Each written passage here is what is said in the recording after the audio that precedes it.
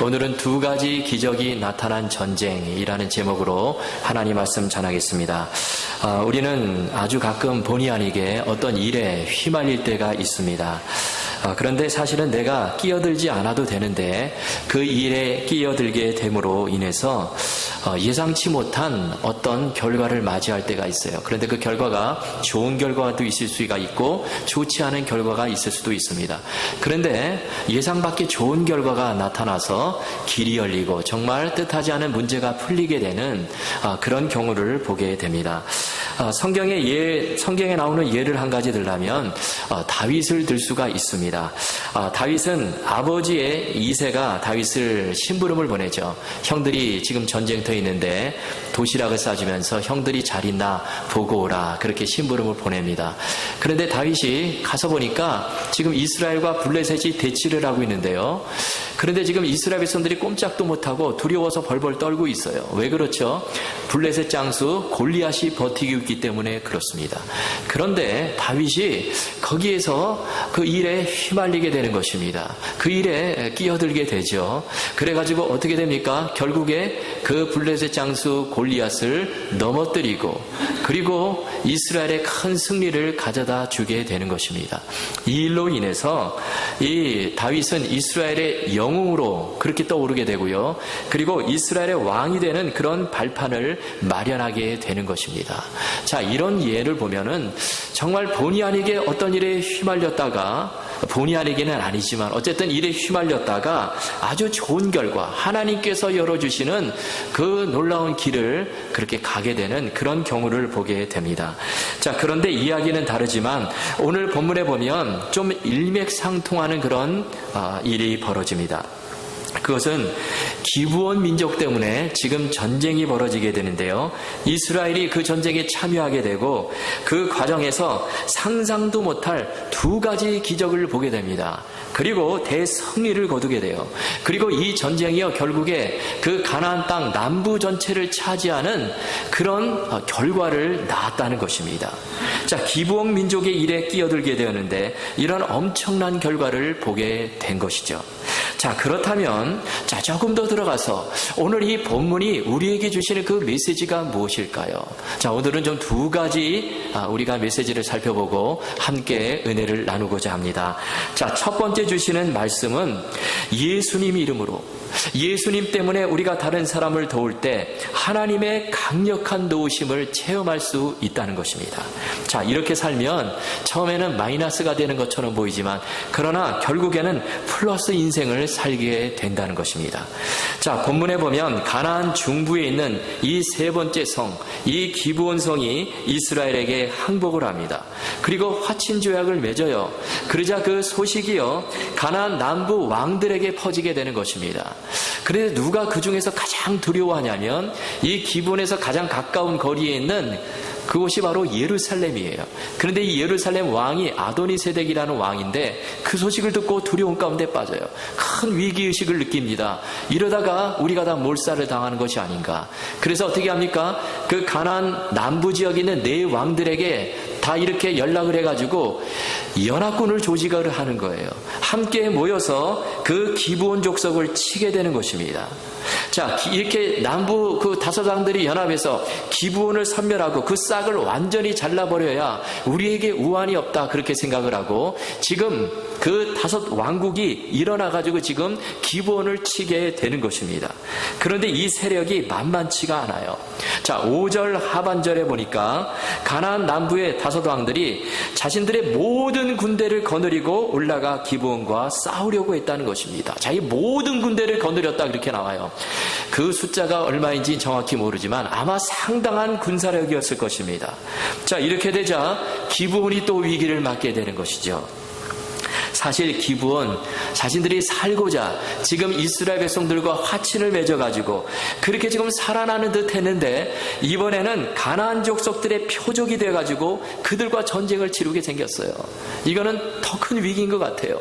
보니까 자기 동족들, 민족들로부터 지금 그렇게 지금 전쟁이 일어나게 되는데 그러자 기브온 사람들이 어떻게 합니까? 자, 6절 말씀을 보십시오. 기브온 사람들이 길갈 진영에 사람을 사람을 보내어 여호수아에게 전하되 당신의 종들 돕기를 더디하지 마시고 속히 우리에게 올라와 우리를 구하소서. 산지에 거주하는 아모리 사람의 왕들이 다 모여 우리를 치나이다 하매. 자, 기브온 사람들이 어떻게 합니까? 지금 위기 가운데 있는데 여호수아에게 도움을 청한 것입니다. 자, 그러자 여호수아가 어떻게 하죠? 자, 그들을 외면하지 않습니다. 자, 7절 말씀을 보십시오. 여호수아가 모든 군사와 용사와 더불어 길갈에서 올라가리라. 여호수아가요, 모든 이스라엘 군사들을 이끌고 기브온을 도우러 간 것입니다. 자, 왜 이렇게 기브온을 도우러 갔을까요? 그것은 이스라엘이 하나님의 이름으로 기브온 사람들과 화친을 맺었기 때문에 그래요. 사실 기브온 족속, 어떤 족속입니까? 가나안 7족속, 그 히위 족속 중에 한 부족인데요. 민족인데 사실 기브온 족속은요, 그냥 진멸되어 마땅할 그런 족속입니다. 하나님께서 가나안 모든 족속들을 다 멸하라 하셨어요. 그래서 그냥 놔두면은 그냥 멸할 수밖에 없는 그런 족속인데, 그런데 가까스로 살아나서 이스라엘 백성과 화친을 맺고 정말 그렇게 되자 지금 이 여호수아가 그 기브온이 위기에 처했다는 소식을 듣고 그들을 도우러 간 것입니다. 그런데 그냥 돕는 것이 아니라 최선을 다해서 도와요. 모든 군사를 이끌고 올라가서 마치 내일인 것처럼 그 기브온 전쟁에 참여한 것입니다. 또 9절 말씀에 보니까 조금도 지체하지 않고 밤을 새워서 그리로 갔다, 그렇게 기록을 해요. 여러분 9절 말씀 보십시오. 여호수아가 길갈에서 밤새도록 올라가 갑자기 그들에게 이르니. 지금 위기에 처한 기브온 사람들 돕기 위해서 힘을 다하는 이 여호수아, 이 모습을 우리가 보게 되는 것입니다. 저는 이 장면을 보면서요, 예전에 우리나라 1950년 이 6.25 전쟁이 일어났을 때 그 위기에 처한 우리나라를 구하기 위해서 참전했던 여러 나라, 그 연합군 생각이 났습니다. 그때 16개국이 참전을 했어요. 많은 그 나라들이 참전을 해가지고 어떻게 했습니까? 수많은 목숨들이 그 한반도에서 거기서 목숨을 잃었습니다. 그 중에서도 이 미국이 참전해서 막대한 희생을 치렀는데요. 그때 전사한 이 미군의 수가 36,000명이 넘는다는 것입니다. 36,000명, 여러분 어마어마한 숫자입니다. 지금 생판 모르는 남의 나라에 와가지고, 조그만 나라에 와가지고 그 엄청난 그 미군 36,000명 이상이나 되는 그 사람들이 희생을 했어요. 그래서 정말 그 전쟁, 그 대한민국에 싸웠다는 그 기초 위에서 오늘날 이 한미동맹이 맺어진 것입니다. 참으로 고마운 일이죠. 자, 그런데 오늘 본문에 보니까요, 지금 이 기브온이 위기에 처했다는 소식을 듣고 이스라엘이요, 기브온을 도와서 지금 이 가나안 남부 5 왕들과 전쟁을 치르게 되는데, 자, 어떤 일이 벌어집니까? 자, 하나님이 그 전쟁을 이기게 하시는데요. 그런데 그 과정에서 하나님의 초자연적인 기적의 역사가 나타났다는 것입니다.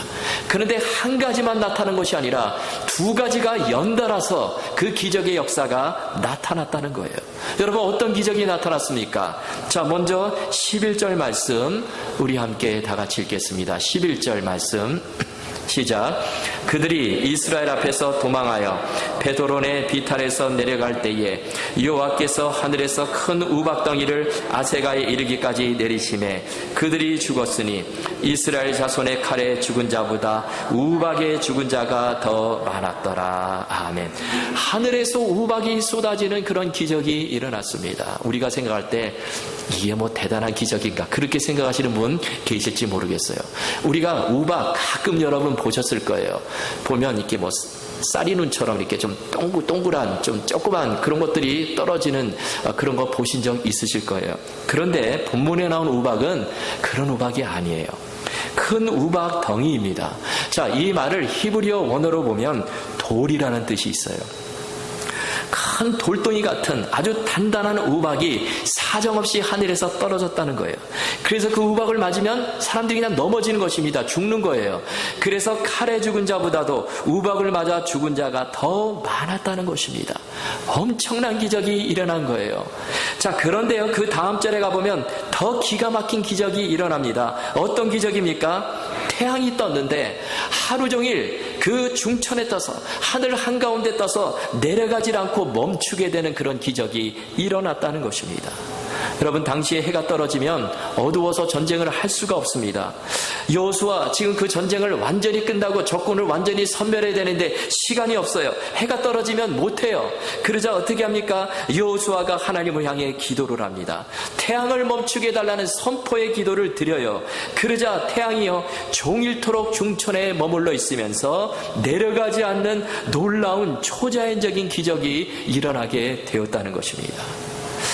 그런데 어떤 사람들은요, 꼭 이런 본문을 읽으면 이렇게 생각을 합니다. 설마 그런 일이 있을까? 우박까지는 이해하겠는데, 그런데 어떻게 태양이 떠가지고 안 내려가는 그런 기적이 일어날 수 있을까? 그렇게 생각하시는 분들 있습니다.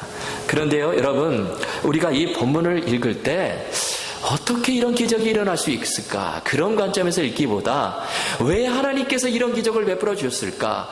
그리고 어떤 상황에서 언제 이런 기적이 일어났을까? 우리가 그 관점에서 본다면 그 성경 본문에서 주시는 그 메시지의 흐름을 우리가 놓치지 않고 우리가 그 가운데 하나님의 음성을 들을 수 있어요.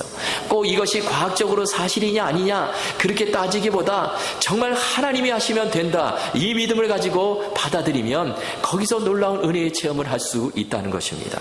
여러분, 사실 우리 하나님 어떤 분이시죠? 우리가 믿는 하나님은 말씀 하나로 온 우주 만물을 창조하신 분이세요. 전능하신 분이십니다. 창세기 1장 2절에서 이걸 아예 선포하고 들어가요. 그냥 믿으라는 것입니다. 창세기 1장 2절에 이것을 선포하고 그렇게 시작을 하는 것입니다. 여러분, 우리 하나님은 홍해바다를 가르신 분이세요. 그리고 요단강도 가르신 분이십니다. 죽은 자도 살려내시는 분이세요. 그렇다면 이런 기적 얼마든지 일으킬 수 있습니다. 우리가 생전 처음 듣는 그런 기적이지만, 그러나 하나님에게는 이런 일들이 아주 흔하게 일어날 수 있다는 것입니다. 여러분, 우리가 성경을 읽을 때 정말 왜 하나님께서 이런 기적을 일으켜 주셨을까? 언제 어떤 상황 속에서 일으켜 주셨을까? 그리고 하나님께서 이 기적을 일으켜 주신 그 뜻이 무엇일까? 그것을 파악한다면 우리가 거기서 하나님의 귀한 음성을 들을 수 있다는 것입니다. 자, 그렇다면 오늘 본문에서 왜 언제 이런 놀라운 기적이 일어났을까요? 그것은 바로 이스라엘 군대가 위기에 빠진 기브온 사람들을 돕는 그 전쟁을 치룰 때 그 엄청난 기적 두 가지가 한꺼번에 일어나게 되었다는 것입니다. 여러분, 다시 말씀드리면 하나님의 이름으로, 예수 그리스도의 이름으로 다른 사람을 돕는 과정에서 하나님의 강력한 도우심을 체험할 수 있다는 것입니다. 저와 여러분에게 주시는 너무나 중요한 말씀입니다. 여러분, 성경에 보면요, 이렇게 초자연적인 기적이 한꺼번에 일어난 경우가 거의 없어요. 보면 대부분 한 가지씩만 일어납니다. 예를 들면 엘리야가 갈멜산에서요, 바알 그리고 아세라 선지자들과 대결을 벌입니다. 대결을 벌이는데 하늘에서 불이 내려와서 그 제단을 다 태워버리는 초자연적인 기적이 일어나죠. 근데 그게 다예요. 한 가지 기적 일어났습니다. 그리고 또 전쟁할 때도 마찬가지입니다. 남유다 여호사밧 왕이 이 모압과 암몬 연합군과 전쟁을 치룰 때 하나님께서 또 어떤 기적을 베풀어 주십니까? 하나님께서 복병을 두셔서 적군들을 다 물리쳐 주셨어요. 일어나 보니까 수많은 적군들이 그냥 다 죽어 나가는 것입니다. 기적이에요. 그러나 한 가지입니다. 그런데 오늘 보니까 한 가지가 아니에요. 지금 하늘에서 돌덩이 같은 우박들이 쏟아지고 곧 이어서 해가 중천에 떠서 내려가지 않는 초자연적인 기적이 연달아 일어나게 되었다는 것입니다. 여러분, 이 본문이 우리에게 주시는 중요한 메시지가 있는데, 그것은요, 내가 예수 그리스도의 이름으로, 하나님의 이름으로 공경에 처한 사람이나 가정이나 그런 공동체를 도울 때 강력한 하나님의 도우심을 경험할 수 있다는 것입니다. 창세기에 보면 아브라함이 장막문에 앉아 있다가 지나가는 나그네 셋을 대접한 이야기가 나옵니다. 아브라함이 보니까요, 저 맞은편에 웬 세 사람이 걸어오는데, 그런데 아브라함이 그들을 모른 채 하지 않고 어떻게 합니까? 그냥 빨리 달려가서 발 씻은 물로 이렇게 대접을 하고요. 그 다음에 맛있는 음식을 만들어서 그들을 대접을 합니다. 쉬게 해줘요. 자, 그러자 어떤 일이 벌어집니까? 그들이요, 아브라함에게 이런 말씀을 주는 거예요. 내년 이맘때에 너에게 아들이 있을 것이다. 뿐만 아니에요. 이 한 가지 사실뿐만 아니라 아주 중요한 정보를 가르쳐 줍니다. 그것은 하나님께서 이제 곧 소돔과 고모라 지방을 멸하실 것이다. 그 계획을 알려줘요. 아브라함이 그 소식을 듣고 어떻게 합니까? 그 소돔성에 살고 있는 조카 롯이 생각이 나서 롯을 위해 기도하게 되는 것입니다. 그래서 결국 롯이 건짐을 받게 되는 것이죠. 여러분, 우리가 무심코 하나님의 이름으로 다른 사람들을 도울 때, 도움이 필요한 사람을 그냥 지나치지 않을 때 하나님의 그 놀라운 그 도우심의 역사, 하나님께서 길을 열어주시는 그 귀한 역사를 우리가 누릴 수 있다는 것입니다. 누가복음 7장에 보면요, 거기 백부장 이야기가 나옵니다. 여러분, 백부장은 로마의 장교죠. 100명을 거느린 아주 권세 있는 장교입니다. 근데 그 백부장에게 하인이 하나 있는데 중풍병에 걸렸어요. 그래서 어떻게 합니까? 그 백부장이요, 그 하인을 위해서 먼 길을 달려와서 예수님 앞에 무릎을 꿇습니다. 내 하인을 고쳐달라는 거예요. 하인은, 이때 당시 하인은요, 사실 물건과 같아요. 그냥 하자가 있으면 그냥 버려도 되는 그런 존재가 그 하인인데, 그런데 이 백부장이 그 하인을 고쳐달라고 예수님 앞에 무릎을 꿇어요. 정말 그 불쌍한 내 핏줄도 아닌데 그 하인을 위해서 그렇게 도움을 청하자 예수님께서 어떻게 하십니까? 거기서 엄청난 기적을 일으켜 주십니다. 보통 예수님께서 병자들을 치료하실 때 머리에 손을 얹어주시던지 아니면 눈을 마주치시면서 이렇게 고쳐주셨는데, 그런데 하인은, 지금 이 하인은 예수님 옆에 있는 것이 아니라 집에 있어요.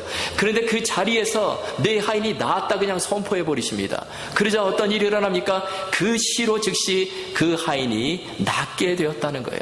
엄청난 기적이 일어나게 된 것입니다. 여러분, 우리가 하나님의 이름으로 다른 사람을 도울 때, 도움이 필요한 사람들을 도울 때 하나님의 놀라운 강력한 도우심을 체험할 수 있다는 것입니다. 본문에 나오는 여호수아, 이스라엘 군대, 기브온 족속을 모른 채 하지 않고요, 정말 그들과 하나님의 이름으로 화친을 맺었기 때문에 그들을 내 백성으로 생각하고 그들을 위해서 출전을 했을 때, 그것도 머뭇머뭇한 것이 아니라 즉시 밤새워서 모든 군사를 다 데리고 그리로 달려갔을 때 가나안 남부 전체를 차지하는 놀라운 승리를 거두게 되고요, 그 과정에서 우박이 쏟아지게 되고 해가 중천에서 내려가지 않는 그 엄청난 두 가지 기적을 보게 되었다는 거예요. 뿐만 아니라 하나님의 살아계심을 그 가나안 땅에 전하는 놀라운 기회가 되었다는 것입니다. 여러분, 이 말씀 기억하시고 우리 모두 정말 그렇게 정말 믿음의 길을 다 걸으실 수 있기를 주님의 이름으로 축원합니다. 자, 두 번째 주시는 말씀은, 자, 우리 성도는요, 우리 하나님의 가장 큰 관심과 사랑의 대상이다. 이 사실을 기억하고 담대하게 이 세상 속에서 살라는 것입니다. 자, 이미 말씀드린 대로, 자, 하나님께서 기적을 일으켜 주셔서 지금 이스라엘이 기브온 민족을 위해서 싸우는 그 전쟁에서 승리를 거두었습니다. 그렇게 해서 가나안 땅 남부 전체를 차지하게 되는 그런 엄청난 결과를 맛보게 되는 것입니다. 자, 그런데요, 하나님께서 과연 누구를 위해서 이렇게 싸워주셨을까요? 자, 이 질문이 생깁니다. 자, 그것을 14절에 보면 이렇게 분명하게 밝히고 있습니다. 자, 우리 14절 말씀 함께 읽겠습니다. 시작. 여호와께서 사람의 목소리를 들으신 이 같은 날은 전에도 없었고 후에도 없었으니 이는 여호와께서 이스라엘을 위하여 싸우셨음이니라. 아멘. 자, 하나님께서 지금 누구를 위해서 싸우셨습니까? 바로 이스라엘을 위해서 싸워주셨다는 거예요.